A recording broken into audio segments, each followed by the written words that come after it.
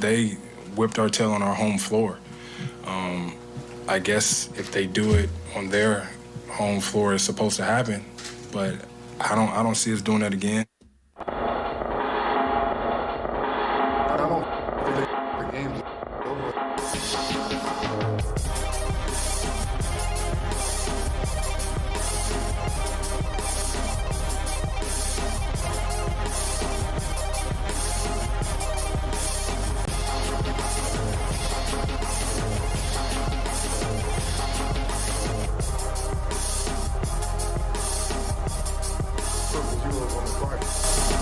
Welcome into Triple Zero's The Anti-Hot Take Sports Show. I am your host, Josh Buckhalter. Be sure to follow me on Twitter at JoshGBuck. Hit up the Facebook page, Clocker Sports website, clockersports.com, and the email address is clockersports@gmail.com. That voice you heard was one Miami Heat guard, forward, swingman, wingman, Jimmy Butler, talking after his team's 127-102 loss to the Boston Celtics in Game 2. As you heard, he didn't expect them to come back and play like that again in Game 3, and they did not. They came away with the 109-103 victory, in which Butler actually came out very aggressive, much like he talked about in that post-game press conference. But he also left after halftime with what they called knee inflammation. He only played 19 and a half minutes, but he had 8 points. He didn't score a lot, but Jimmy definitely looked a lot more aggressive, especially early on, attacking and getting to the paint. The Heat got a really big game in Game 3 from Bam Adebayo. 31 points, 10 boards, 6 assists. He had 8 defensive rebounds in this one. He had 4 steals, a block, only 1 turnover, plus 17 on the night, and really was just kind of the guy that everybody wanted to see. And really, here's a side story about this before I even go any further. Bam Adebayo is a good example of kind of the issue that a lot of people have with a lot of highly touted athletes, and people say, well, you can't expect a guy to do something every night, and they call it slander, or you're hating if you expect somebody to do something. But I feel like more highly touted you are. There we go. The more highly touted you are, you that comes with a certain level of expectation, right? With great power comes great responsibility type stuff. Bam Adebayo has shown he has a certain level that he can reach. To not reach that at the most important time is a letdown. And I think that's the case with not just him, with any superstar, or not superstar, let me not call him a superstar, but any star player. And too many times we give those guys a pass because it's deemed hating. It's deemed that you are just being too critical of somebody because you expect them to live up to their billing. I don't think that's necessarily the case most of the time. A lot of times you just want somebody to perform what they've been billed as. That's a very acceptable outcome, or very reasonable expectation to have. He also got 16 points from former Chicago Bull Max Strus, and I want to talk about this before. I'll get into the Bulls after. Let me finish with this right now. This series is now 2-1 Miami, and for all intents and purposes, it's up for grabs. As much as everyone wants to discount the Heat and just give the Celtics a series, the Celtics are the better team. Tatum's on another planet, this, that, and third. By the way, Tatum finished this game not very great. He had 10 points, 3 of 14 from the floor, 1 of 7 from 3. Okay, he also left briefly, came back in the game. I think it was with a knee injury. It might have been something else, but he left with an injury and came back. Jaylen Brown did have 40 points, 14 of 20, 3 of 9 from 3, 9 boards. Boston just couldn't come back after Jimmy and company staked them to a big lead in the first half, staked the Heat to a big lead in the first half, 62-47. And that was after Boston had cut it down to 15 because it was 25 points at one point. And they got it back up in the third quarter, and Boston could never just come back. That's been a kind of an underwhelming theme of the postseason, is that when games get out of hand, it tends to be over and done with. Now, I will say this game finished a lot closer than it seemed like it was going to for much of it, but I have seen a lot more. I felt it has felt like there's a lot more blowouts at the end of everything when it's all said and done than there should be. And a lot more running away with games early on. Now, we'll see if that changes going forward. It could just be, teams are still getting the feel for each other in the first couple of games, and that switches now. Didn't happen really for I guess it kind of did, but if Jimmy stays in, does that lead ever get that close again? We don't know. Does Bam step up that way? Who knows? Kyle Lowry also returned in this game for the Heat. Made a big difference with just pushing the pace. He ended up with only 5 points. Or, no, sorry, that was in halftime. Sorry about that. He had 11 points, 6 assists, and 4 steals, one of which looked very, very Jose Alvarado-ish, by the way, to make up for a Jimmy Butler mishap. And so, look, the Heat had the mentality that Boston wants to have. right, that we are assigning to Boston right now since the second half of the season, really since before that, but once especially they got Derek White to kind of unlock their switchability and stuff on defense. But the Heat have it. They don't care about your talent level. They don't care about what their lack of. They just have it. And every time I watch Jimmy Butler play, it does make me not salty, but it does make me, lament how long it took for the Chicago Bulls front office to get Garpax up out of there. Because moving on from a guy like Jimmy Butler, because you don't know how to build around him, is an acknowledgement that you aren't good at your job. Because honestly, this guy has shown to work with a lot of different pieces, even pieces that don't even like him. And it's worked out enough to where you could just tell there's missing this or that in the third tweak.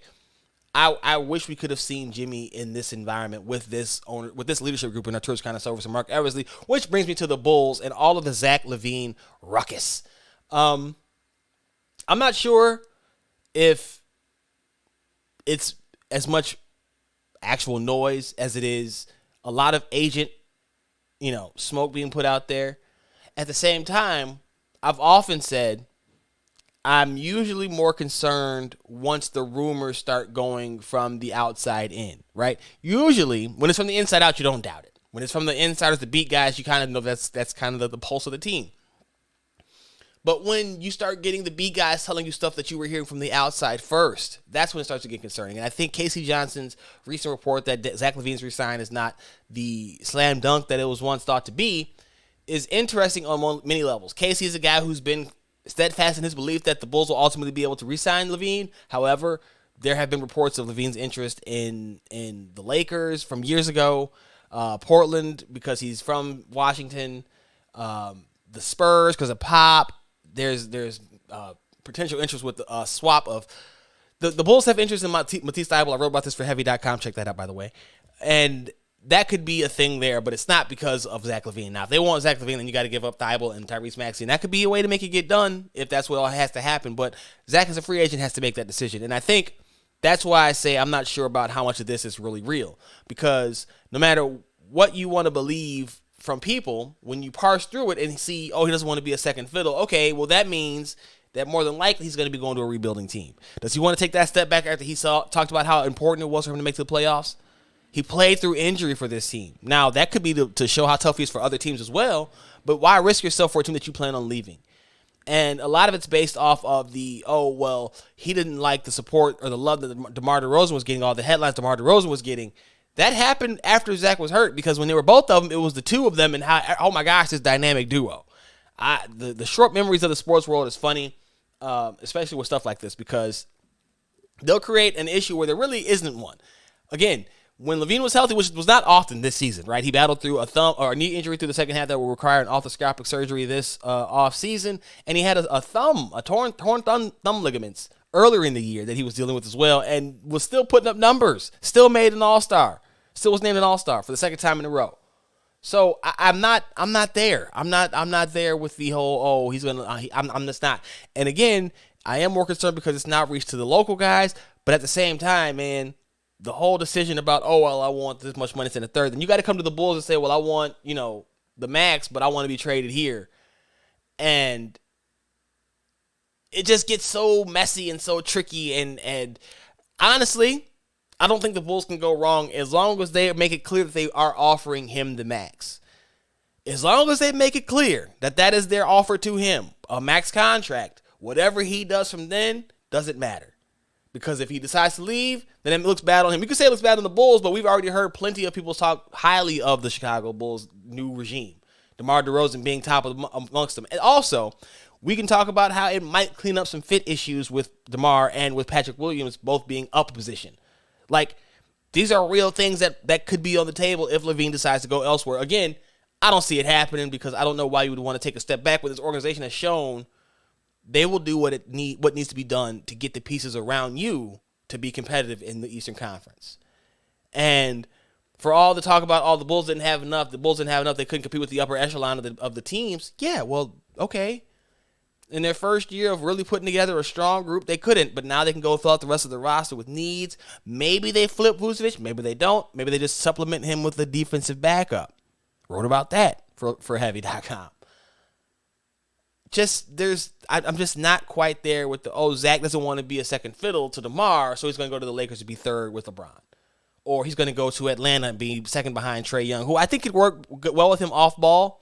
And that might be the one that's surprisingly more concerning, but they don't really have the means to do so. And I don't think the Bulls want a package from that. So that gets complicated as well, unless Zach decides to take a shorter deal. I've heard a suggestion that he could take a 1-and-1. That's not usually what guys in his position at his age bracket, 27 years old, that's not usually what they do. Rich Paul clients usually go get the money. So the situation, the amount of effort that's been put in there, I just feel like it doesn't read it. Now, I will say this. Perhaps he is a kind of athlete with rabbit ears, and the amount of people who are saying that they'd be fine with Zach leaving, there's a lot of people who are saying, let Zach leave. Maybe that sways him and entices him or motivates him to go elsewhere. I just can't see it at this point. I really can't. The other playoff series heading on, we are a few moments ahead of the Dallas Mavericks taking on the Golden State Warriors for Game 3 of their series. This game will be in Dallas, and listen, I'm picking Dallas because they're doing so many things right, and so much is going wrong for them that I refuse to believe it's real, and that's why. This is why. Not because I don't think Golden State is going to win, because I have Golden State winning the series, but I've proved it's one of those things. Remember the mea culpa I did for Luka? You've been following the show, I've done a mea culpa for Luka because I was wrong. It's just kind of the same thing. I'm not going to keep picking against Dallas when I see that they're doing a lot of the right stuff and the Warriors are getting there. What I will say is at some point your luck, right, becomes a skill. And by that I mean the Warriors do things in such a way that it generates certain types of opportunities, certain types of momentum for them that I think is very sustainable, even if it seems like they get lucky a lot of the time. And I was talking with someone earlier, and I was discussing how Steve Kerr's biggest adjustment is not necessarily what they're doing on the floor as much as who he has doing it. It's mostly personnel adjustments that have been his biggest, most impactful changes, in my opinion. And I'm probably wrong about that, but that's how I feel about it. That's what it seems to be when I watch it. Who he puts on, when he starts trusting guys. Kevon Looney has been a man possessed in this series, right? Grabbing 20-some-odd rebounds the other game. 20-plus, career night. Warriors won 126-117 last game, and Dallas won almost every counting stat you could think of in this game, and it did not matter. But at some point, the Warriors are going to have a lackadaisical game where they just let it go, because I told you about that before in the last series against Memphis. But on top of that, like I said, Dallas has been doing so much right. And I still don't think it's going to get them serious, because I think that if they're smart, and I'm sure Golden State is, they're going to continue doing what we saw Phoenix stop doing in attacking Luka Docic on the defensive end. And on top of that, you can try to attack Steph on defense, but his hands are more active than you would imagine, and he does a lot better job of getting in the way and in passing lanes than I think people give him credit for. On top of the fact that he's still making you run around on the other side, so you're going to be tired too. It's a pick your poison type of thing with the Warriors, and at least without Tim Hardaway Jr., it's proven to be tough for the Mavericks. Now, if they had THJ, maybe things would be a bit different in this series. But I do have Dallas winning this game, Game 3. Warriors taking the series and all. But I'm not going to keep picking against the Mavericks when I see how much stuff is happening and the shots just aren't falling. At home, role players tend to play better. The crowd will be behind them. Jason Kidd asked for them to be up and loud before the game. So, they should be. That being said, man, Warriors in 6. I'll give Dallas 2 games. Warriors in 6. If they don't win this one, though, it's Warriors, and it might be a sweep. They mess around and get swept if they don't win this game. But even still, I'll still give them 5 because I think that the Warriors will be lackadaisical in Game 4 enough to take it back to game to the Bay Area, right? For Game 5. So we'll see. We will see. I just am not ready to completely determine that. So we'll see what happens. We'll see what happens. I also want to talk about what's going on with all of these the trade rumors. You got rumors of Kyrie possibly going back to LA with LeBron. You've got talks of, perhaps Bradley Beal and Damian Lillard going somewhere, and I don't see any of those happen. Then you have talks about LeBron possibly being traded, and here's what I'll say about this. If the way Giannis has done it this past season, last year rather, if the run that the Celtics are on, if the run that the Heat's, I know the Heat is kind of a unique situation, but Dallas, Golden State, if the way that these guys haven't done it, and Golden State especially, because they've been there more often than not, even despite, the talk of adding Kevin Durant, I think we kind of see now that Kevin Durant's better off as like the supreme X factor rather than the absolute lead dog, but that's a whole other topic for a whole other day. Organic is the way, and I hear about these big names leaving, and it makes me feel, I don't want to say bad for them because they're multimillionaires. They're not worried about that. But, like, the situation that a lot of these fan bases are in where a lot of these front offices feel like the best way to do it is just retool instead of buying in and really trying to build around your superstar. We hear a lot of talk about how the market's been leveled because a lot of endorsements are available to people no matter where they are. But the sport has not bared that out. We don't see stars hanging around in Orlando. We don't see stars hanging around in OKC. We don't see that. And I think that you could say that maybe, they should take away some of the teams. They should relocate some, whatever the case may be. I think the real problem is that they need to force some of these GMs to be active, to be actually trying to improve as opposed to, let's just float here. I know there's a floor, but it just doesn't seem like there's enough activity to make a lot of these other teams be competitive. And you could just say, well, that's just how it goes. They're trying to follow a process. But I think we've also seen that it doesn't take a decade to rebuild anymore. That's not an acceptable response. Cleaning up the previous regime's mess for 5+ years before you start your own rebuild is not acceptable anymore. And I just feel like that's probably a better way to go. Attack it from the actual source of the problem rather than figuring out if there's a problem with contracts. You guys are paying the money, so it's still on you either way it goes. I just don't know that, shrinking the league or some of these other methods, the mid-season tournament is going to really help. No, just make these GMs work better too. Like, okay, you want to make a change and want to add a tournament? Do the lottery one where the bottom 4-6 teams, whatever the case may be, have to have the lottery teams have to have a playoffs, right? Just like the regular playoffs are happening, in between those days, you have the lottery playoffs happening. And guess what? You don't get the first pick by losing. That will incentivize bad teams to even be competitive. You're wasting an opportunity and you're going to dull down the game trying to add gimmicky things other than something that actually have some kind of results, because I bet you all of those teams will be competitive from that point on. You'll be hard fought trying not to make it, but if you do make it, guess what? You're still going to have to try to be good because you need to win the lottery in order to get the top pick. I don't know. Switching gears.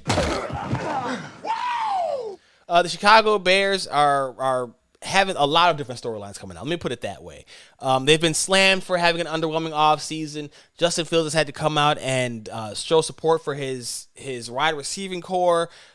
Center Lucas Patrick has embraced his role as the offensive tone setter. And then we've had a recent player, and I'm going to write about this for Last Run of Pro Football, so I'm not going to go completely into it. But we had a player, a surprising player perhaps, named as their best kept secret for Matt. I'm going to give you this hint. For Matt Eberflus's retooled defense. Now, I say all that to say this.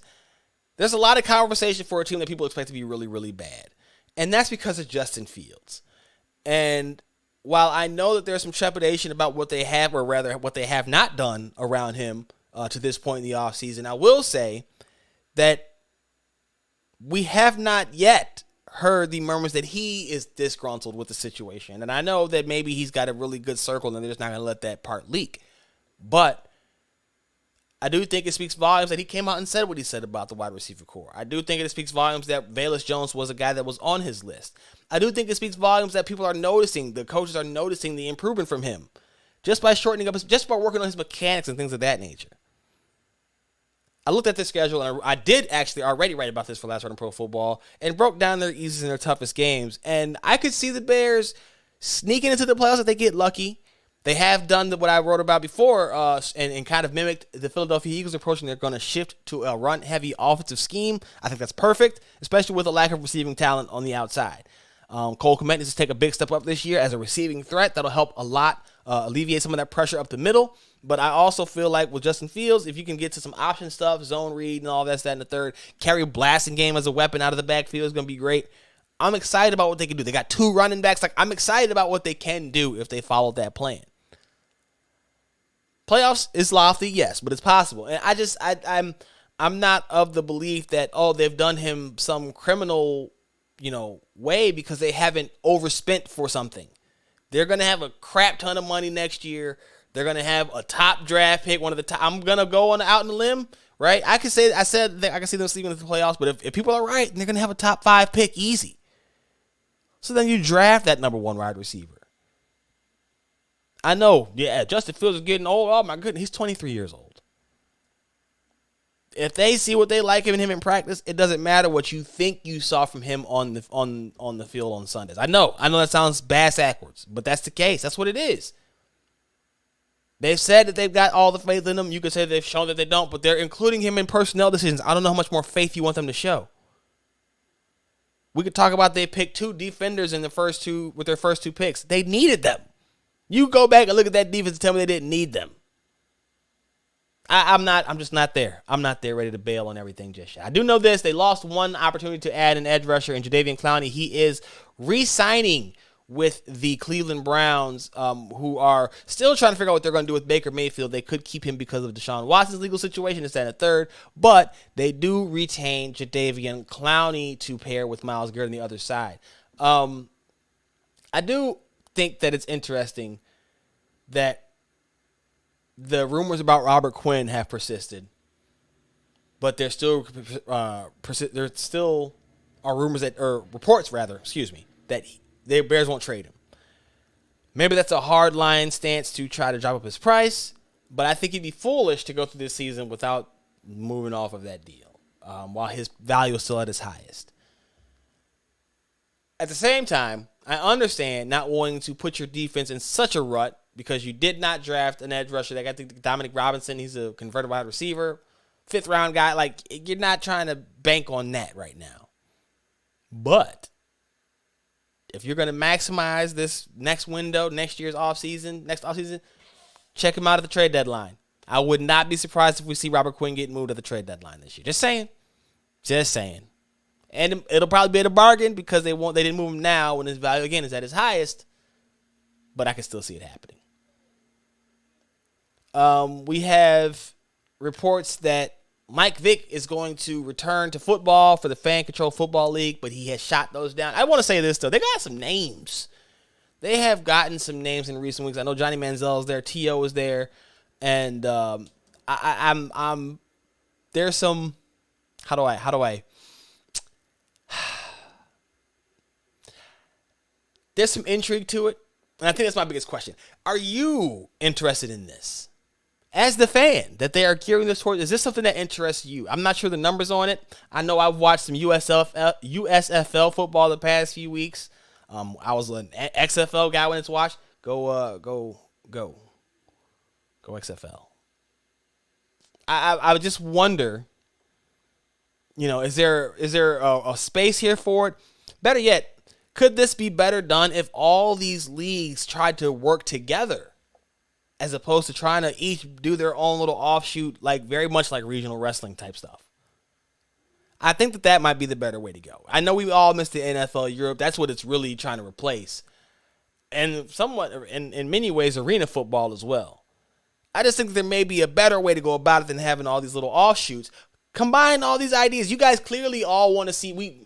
I think that the amount of offshoots that you see clearly point to a desire to have some form of football when there's not NFL football going on or NCAA football. But I think they could do a much better job by combining their resources, their brain power and ideas than just to go up against the Titan, because you're really trying to compete because you got to get the talent to make it interesting. And you got to get talent that's willing to risk not getting in the NFL to come play for you.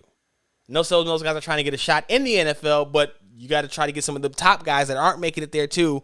Some guys are still holding on to that dream and they don't want to risk it in the minor leagues, as it were.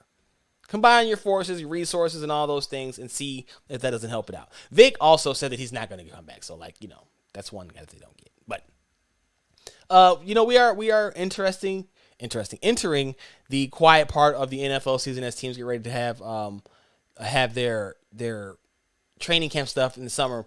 But Daniel Snyder, NFL owners are counting votes against Daniel Snyder as he has continued to be under investigation by the FTC, the Federal Trade Commission, withholding revenue, and he had 2 separate accounting systems and was trying to keep the earnings out of the revenue sharing system. And there's a lot that's going on with Daniel Snyder in the NFL. And I just wonder, at what point is enough enough? Like, we keep hearing these reports they're looking at pushing him out. They're looking at pushing him out, but they haven't. And if you're a billionaire, I'm sorry, forget that. On the other side, I get why they would not want to, because you don't want your dirty laundry to be aired out. This is along the lines of that John Gruden thing, where it surprised me that only Gruden got in trouble, and now we see obviously Snyder getting in trouble too. But like the limited scope of who got flagged for something indecent was surprising to me, and I think this is kind of what you're seeing play out. But before that, this is them. They're counting votes. They're kind of giving them warnings because they don't want him to keep doing this dirt, but he keeps doing them dirty. At the same time, they know that if they out him, he's going to out them.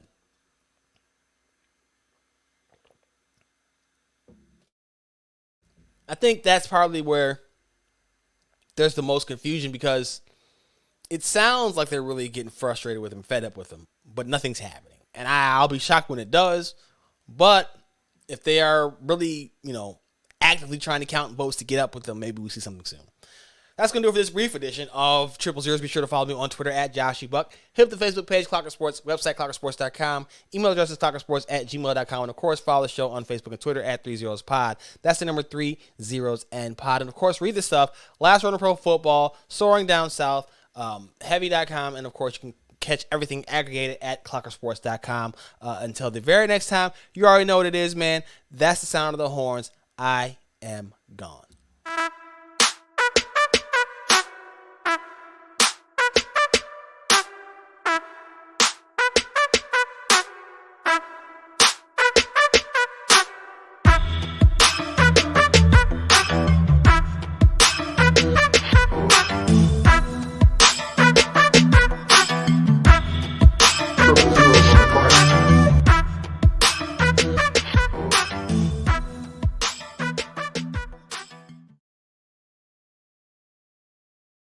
If we don't want it to happen again, we better fix it.